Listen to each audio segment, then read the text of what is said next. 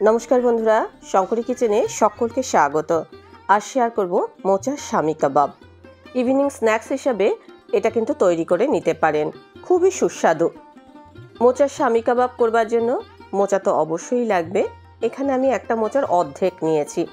সবার আগে মোচাটাকে আমি ভাপিয়ে নেব, আর এর যে কষটা বেরিয়ে যাবে আমি তারপর এটার জলটা ছেঁকে নেব। এখন কিন্তু আমি পুরোপুরি সেদ্ধ করিনি, জাস্ট একটা ফুট হয়েছে।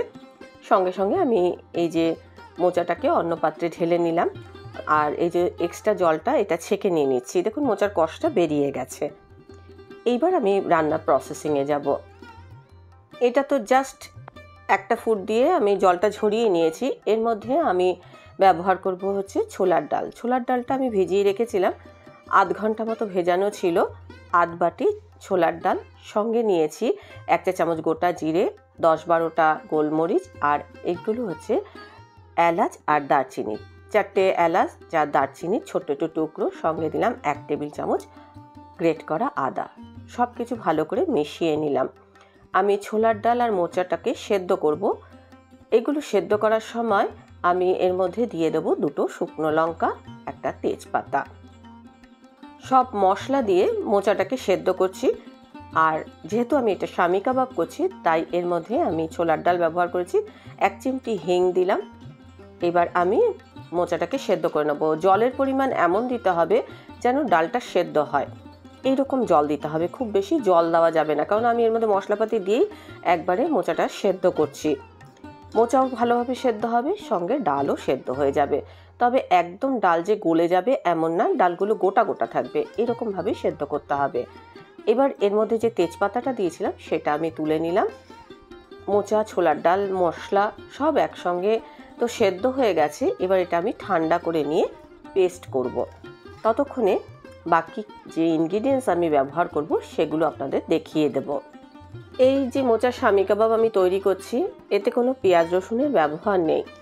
আমি এর মধ্যে 2টো কাঁচা লঙ্কার কুচি ব্যবহার করব। মিহি করে কাঁচা লঙ্কা কুচিয়ে নিচ্ছি। এই মোচার স্বামী কাবাব তৈরি করে কিন্তু আপনারা অতিথি আপ্যায়ন করতে পারেন। এই মোচার স্বামী কাবাব আপনারা তৈরি করে স্টোর করেও রাখতে পারেন। যখন অতিথি আসবে আপনি এটা ভেজে গরম গরম পরিবেশন করতে পারেন। কিছু পরিমাণ কিশমিশ আমি কুচি করে নিয়েছি। এদিকে দেখুন যে মোচা, ছোলার ডাল এগুলো একদম ঠান্ডা হয়ে গেছে। এবার আমি এগুলোর পেস্ট তৈরি করে নেব। একদম মিহি পেস্ট তৈরি করব। পেস্টটা কেমন হয়েছে আপনাদের একটু দেখিয়ে দিই। একদম দেখুন মিহি পেস্ট তৈরি করেছি। আপনারা এটা শিলনোড়ায় বাটতে পারেন, আবার মিক্সি জারে দিয়েও পেস্ট করতে পারেন, আপনার যেটা সুবিধা।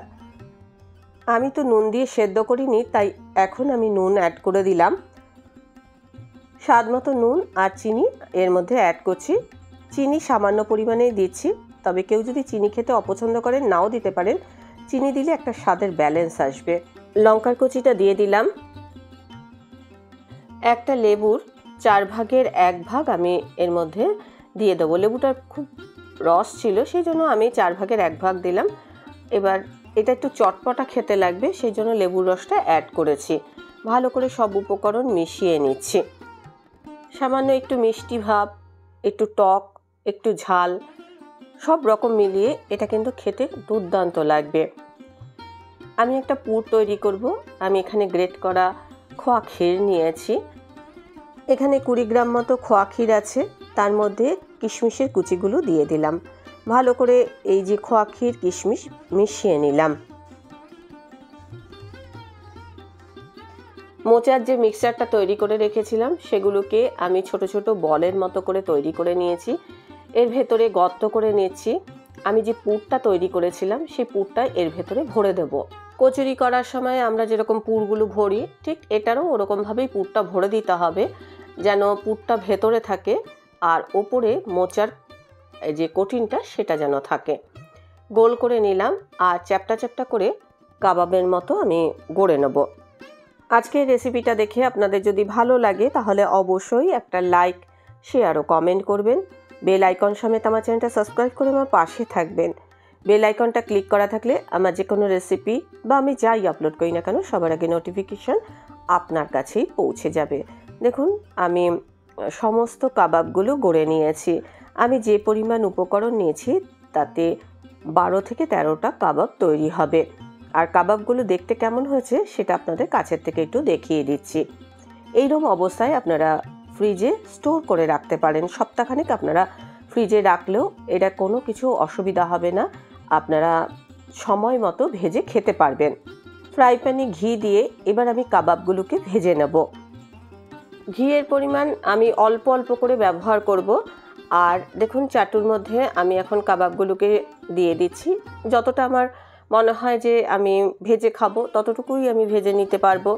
আবার যদি মনে হয় কিছুটা স্টোর করে রাখবো সেটাও করতে পারবো। একটা সাইড ভাজা হয়ে গেলে আমি উল্টে আরেকটা সাইড ভাজার জন্য দেব। আর কাবাবগুলো কিন্তু একটু নরম নরম হবে, গরম অবস্থায় খুবই নরম লাগবে, মুখে দিলে মনে হবে একদম মিলিয়ে যাচ্ছে। আমি এখানে ঘিয়েতে ভেজেছি, ঘিয়েতে ভাজলে টেস্টটা খুব ভালো হবে। এছাড়া আপনারা সাদা তেলেও এগুলো ভেজে নিতে পারেন। খুব আস্তে আস্তে এই কাবাবগুলোকে উল্টে দিতে হবে। আর দেখুন এর মধ্যে একটা লালচে কালার আসছে, কম আছে কাবাবগুলোকে ভাজতে হবে।